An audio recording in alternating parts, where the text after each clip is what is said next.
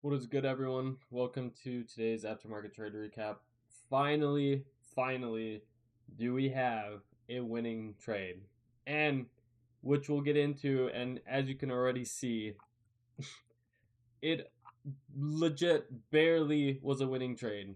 If it was a tick higher, my take profit would not have been hit, and normally I would have gotten break even, but because we were so close to take profit, I was not going to let this one slip, so I did trail it, but I'll get more into that once we get into the trade. But again, finally, do we have a winning trade? Now, I know I have not been making these, but as you have seen from either my lives or previous videos, I legit have either not been taking trades really since I would say mid March up until now, and we're in June, like the beginning of June. So I would say roughly a month and a half, I have either not been taking trades or just break even.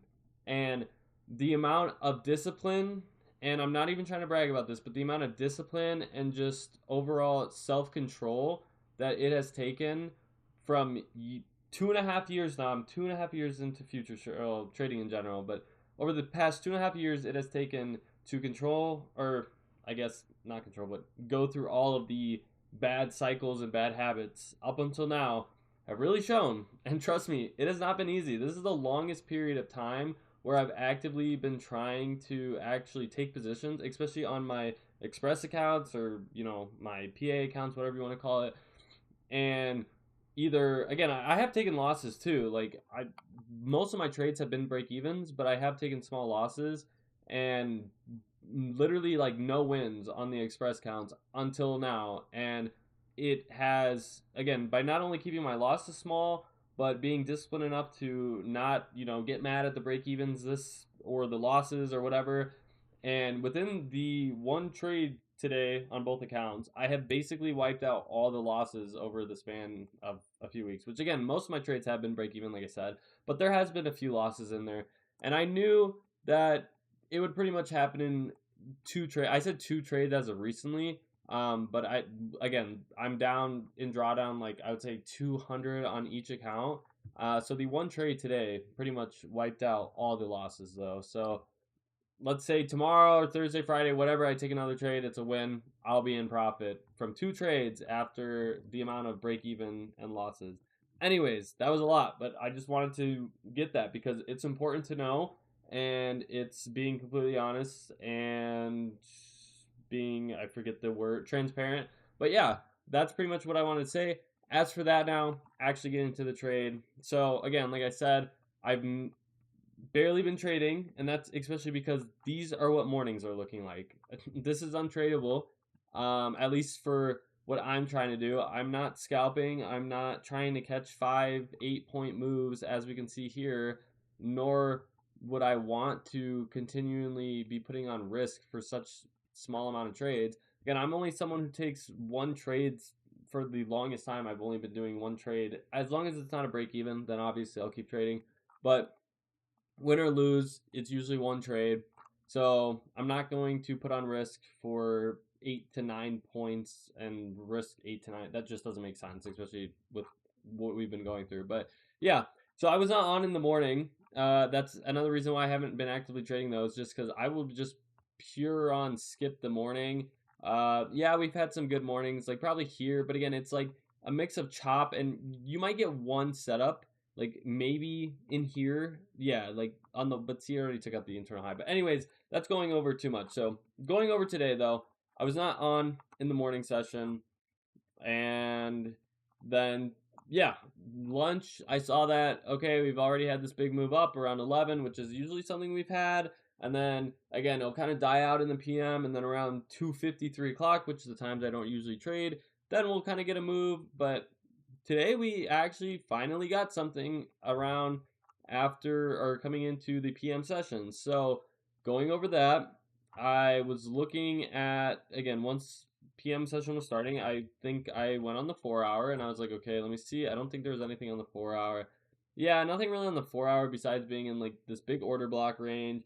Then I dropped down to the 1 hour and I was like, okay, like let's see here. Okay, we have an order block here and then order block here. I believe this is the one I marked out because this one, although we tapped into it, I'm not really focusing on that one too much. Actually, no, we didn't tap into that. That was created here. Sorry. Okay, I was looking at that, but I don't think I was really worried about that yet. So I believe, yeah, it was a 15 minute. Sorry. So 15-minute I had marked out. We were in the 15-minute at around 1 p.m. I had also marked out that we had a 15-minute inefficiency here that had not been tapped into yet. So I was thinking, okay, possibly for shorts, but not quite. I was more bullish because of the fact that everything on a larger time frame is showing bullish. So dropping even lower. I don't think I looked at anything on the 5-minute. Yeah, there was nothing really on the 5-minute. And as for a normal trade, this was kind of different from what I would normally take because of the fact that we didn't tap and hold into anything like discount or 5-minute or 3-minute inefficiency. It's more so the fact that everything on the higher time frame narrative is looking bullish and we are inside a 15-minute order block, as well as the fact that I've kind of seen this where it is somewhat like this, like not all my confluences are showing, but we sweep a low how we did here. Okay, I saw that. It wasn't a 5-minute low or something like that. It was a 1-minute low. Realistically, I kind of would have liked to see us sweep this one and then have an SMT, but that's not what we had. So I had to, adapt to what we had. So I saw this. I was like, okay, this looks, relatively good here. Now I would like to see us inverse, within this trading leg. And there was no issues doing that with there being a 3-minute. As you can see, there is a 1-minute here, but we did have a 3-minute within this trading leg. And the fact that we had inversed it with no issues, again, it was the first candle to come out of this trading leg and inverse it after the sweep here. That's exactly what I wanted to see. And I just knew, like, this is something I wanted to see. I wanted to take this. So I took this. I accepted what I had put on the table for risk wise. I did enter for 1 mini on both accounts this time, just because of the fact that the risk was relatively low for what I was risking. And yeah, originally I was going to risk to the low, but I did move it up just because I was still confident within somewhere around here that the risk was fine. Plus, it was a little too much risk down here. But, anyways, again, it's exactly what I wanted to see. Now, I can't say I wasn't emotional in the sense that I really wanted this to work out. Again, this was looking good. Everything that I wanted to see. And as for the take profit reasons too, originally too, I was going to have my take profit higher. I believe my take profit was at this 15-minute right here that was unfilled. Maybe actually it was even higher originally. I don't remember too much, but I do remember wanting to have it at this 15-minute unfilled. For some reason, I did not see the 15-minute high here, nor did I realize at the time that it was a 1 hour unfilled. So once I had entered the position a little after, again, I really wanted to make sure I had as much information as possible. So then I was constantly going over time frames, making sure what is going to be the best take profit so I do not get break even. And eventually I did see this 15-minute high, and then I also went on the 1 hour time frame. I was like, oh, 1 hour unfilled. Okay, this is definitely what I'm going to target. Along with, I drew out I did kind of, or actually, let me see on a higher time frame. Yeah, I believe I did kind of mess it up a little bit. The standard deviation, it should actually be a little lower. When I had drawn it out, it matched here perfectly with the 1 hour. But yeah, it should have been technically here. So the standard deviation is kind of irrelevant because that was messed up by a little bit. But again, it was matched up to here. But as for the actual reasons, it's just the fact that this was an unfilled 1 hour plus a 15-minute high. So that's when I did move it lower. Since I did mitigate or lessen my risk, I guess, I don't want to use too big of words there. The risk reward was almost a 1-2. So by lowering my risk and lowering my take profit to here, the risk reward was still perfectly fine. It just, this made a more valid take profit, as this was the first, conflict of long bias that we could face. And I'm very glad that I did keep on looking at it, because as we can see here, I literally top ticked it. Again, that's not like, perfect on me or anything like that. That's just, again, lucky in the sense that I'm glad I kept evaluating what my take profit should be.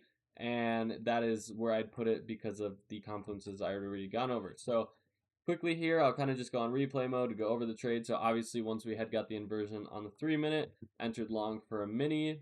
Stops originally were going to be here, but I realized I could lower my risk a little bit by putting it there. And now I'll go on the 1-minute. Again, we also had equal highs here too, and I was debating on whether this should be my break even, but I was like, okay, I don't want my break even to be too close. Plus, technically, if we go on the 3-minute, yeah, we have an internal high here, but it's just, again, I was willing to take the chance of moving my break even higher, originally even to here, but I was like, okay, but at this eternal high, this should be enough to the point where if I get break even, okay, like it's a good solid break even point. So, but this was a little too close. So yeah, equal highs, break even point at this eternal high, and once I had entered, okay, I started seeing good moves up, and especially this candle, I was like, okay, this is where I started to get the confidence that this like has to work out. I mean, again, it doesn't have to, but anyways, took out my equal high, my break even at the same time. So I'd move my break even here. And this again, like I said, obviously I was emotional in the sense of like I'm not or not emotional in the sense that I'm going to, close the trade early or anything like that. But it's more so the fact that I really, really was like praying that this would work out. I'm tired of all the break even trades I've taken. So yes, I was a little desperate here and just hoping that this was gonna get to take profit. So yeah, then another good strong candle, and I was just like, there is just no way that this does not hit my take profit. Like, please let this hit my take profit. And then around, or I guess I don't remember here, but once I had seen this, how close it was, this is where I did trail.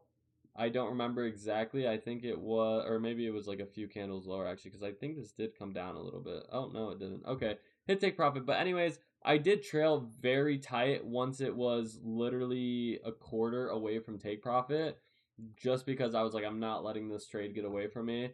And it did end up hitting take profit, anyways. And again, like I said, top ticked it. And normally, if like let's say like I said mentioned earlier, if I had my take profit a tick higher or something like that, this would have been another break even trade. But the fact that I was trailing super tight, either way I would have got stopped a point away, I would say, at worst, if this was not my original take profit. But yeah, anyways, thankfully, like I said, we did have a win. It's been a long time in the making, and you know, I mean, again, it's not like price action was even like that great today. I mean, again, like I said, coming in at 2 p.m., more so 3 is when you can see we finally had the big moves, like I was saying. But yeah, I don't know. Again, a good win. Like I said, the account's pretty much almost back to break even, and all I can just hope for is another good win like that, and just to keep myself grounded and disciplined, no matter even if I do go on a string of losses or whatever. But again, it would be nice to start piling in some wins so I could finally take a payout through Apex and Top Step on these accounts. Again, a little longer video, but there was a lot more information and things just to go over today. So yeah, I can't guarantee that I'll even have another video out this week because I am leaving to Vegas tomorrow. Maybe another kind of vlog, potentially. I'm not really going with friends. I'm going with my dad. So I mean, I don't really know how much filming I would plan on doing, but who knows? It reminded me that could be another video. So yeah, that is it for today. Again, I can't, like I said, really guarantee any videos for the rest of the week. And then I'm just trying to think what else. I did miss lives yesterday. I'm going to start doing live back testing on Sundays or Mondays. So look forward to that next week. And that is everything to cover for today. So yeah, see you guys soon. Peace out. Again, thankful for the win. Hopefully we get more to come. See ya.